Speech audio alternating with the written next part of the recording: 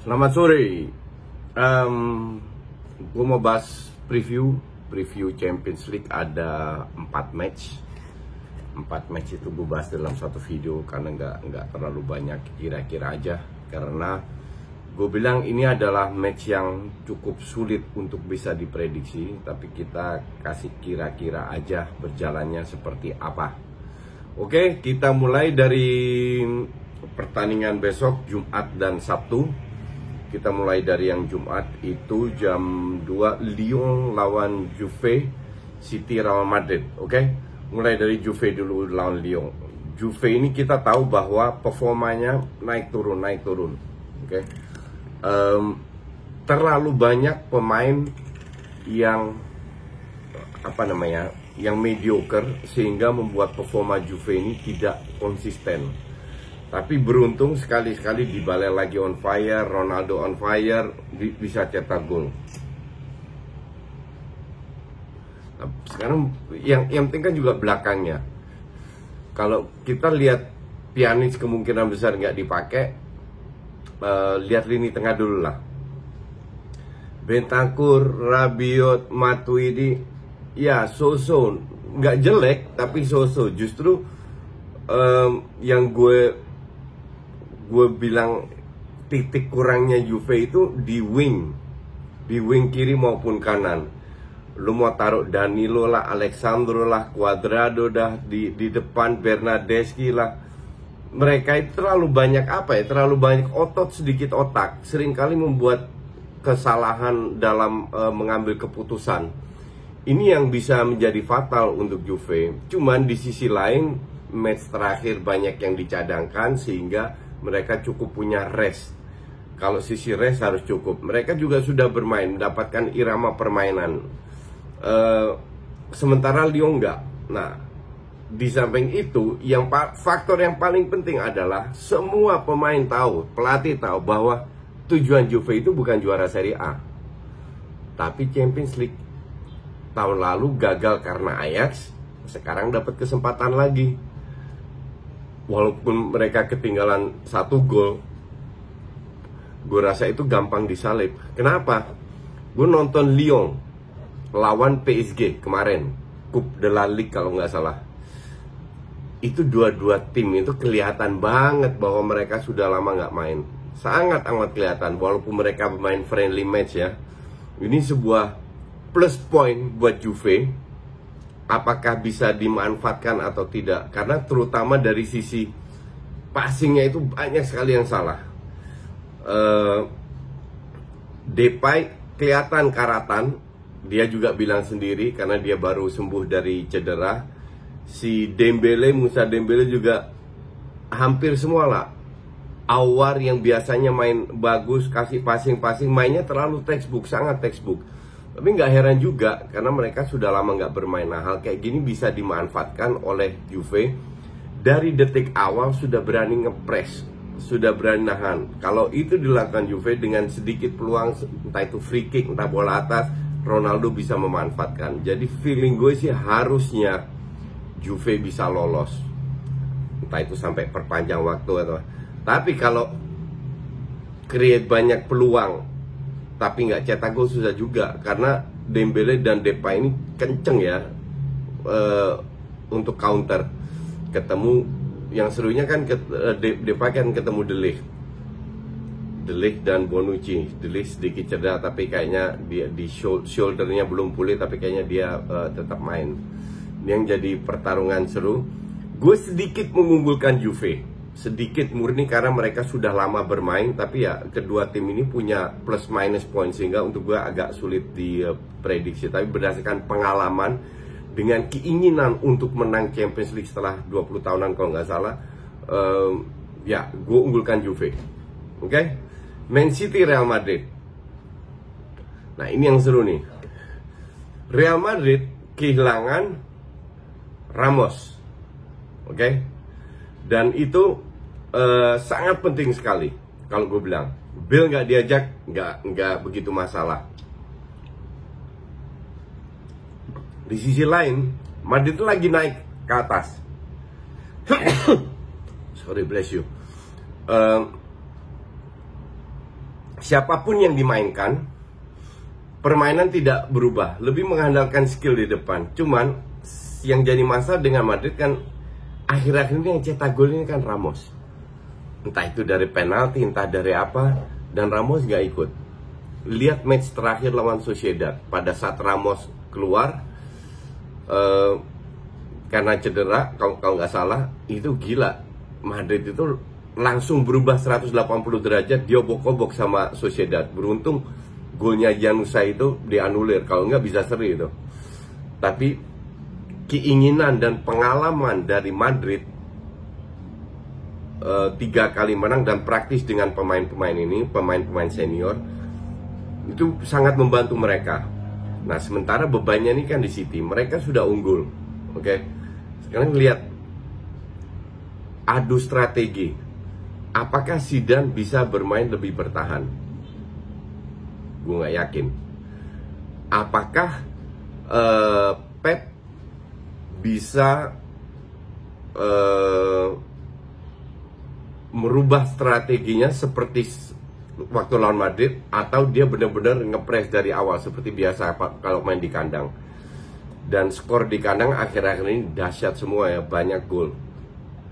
Waktu mereka menang di Madrid kan mereka lebih bertahan, ngincer counter, karena titik lemahnya Madrid itu benar-benar dimanfaatkan oleh City. Nah, ini yang kita nggak tahu.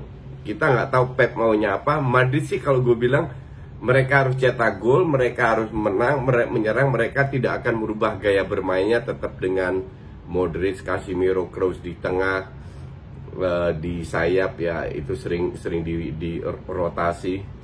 Di belakang nggak ada Ramos, Varane sama siapa, nggak tahu juga. Ada siapa itu, lupa gue namanya. Apakah mereka bisa berperan lebih bagus atau tidak, ini yang jadi masalah. Tapi Courtois juga lagi on fire. Jadi ini akan menjadi pertandingan seru yang untuk penonton netral itu sangat amat layak ditonton, terutama dari sisi merubah strategi pas pertandingan berjalan. Nanti kita bisa lihat, kalau seandainya nih kita berandai-andai 4-3-3 nggak berjalan, atau Madrid ketinggalan dulu, apa yang harus dilakukan oleh Zidane? Apakah dia menempatkan extra striker? Apakah dia bermain lebih oportunis dengan bola-bola atas? Atau kalau seandainya mereka unggul terlebih dahulu 1-0, sebenarnya nggak cukup ya, karena City menang 2-1. Apa yang dilakukan oleh Pep? Nah, ini yang menarik untuk kita penonton netral, terutama untuk gue lah dan teman-teman yang netral. Kita belajar dari strategi, karena strategi itu setiap saat bisa dirubah. Jangan lihat line up-nya aja, tapi lebih lihat perannya. Kayak Modric lah. Modric itu bisa bermain di depan defense, bisa juga di belakang striker. Nah, peran Kroos, peran Modric itu di permainan Madrid itu sangat penting sekali. Oke.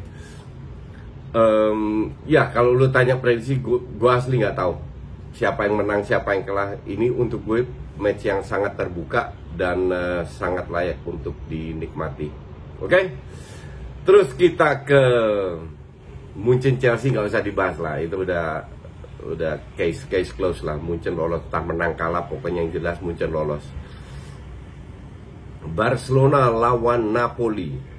Nah, Barcelona semua fit.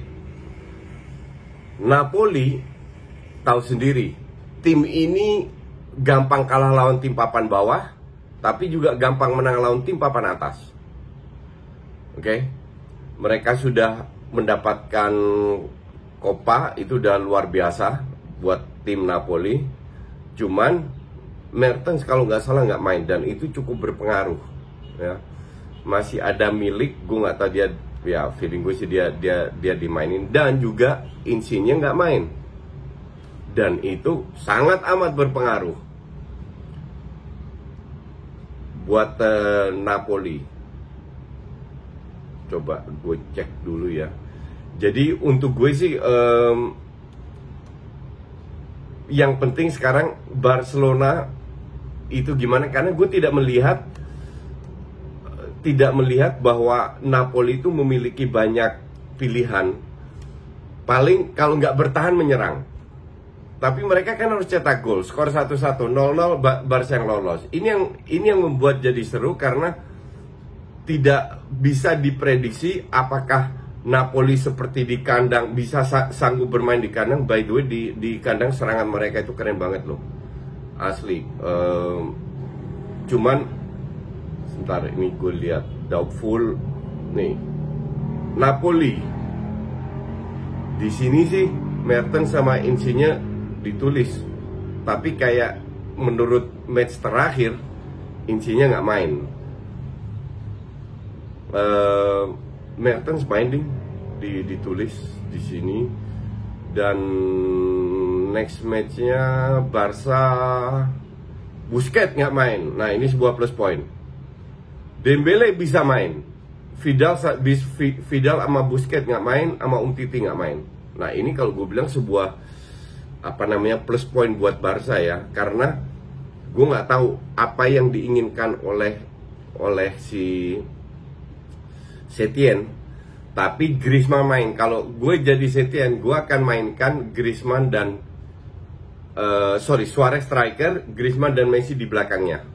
Oke, 3 pemain depan ini. Nah, apakah mereka di tengah lebih baik kalau mau main aman dengan Rakitic, De Jong, dan Riqui Puig?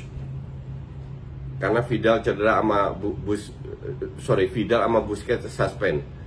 Rakitic, De Jong, Riqui Puig geser sedikit ke depan dengan 2 DM, De Jong dan Rakitic.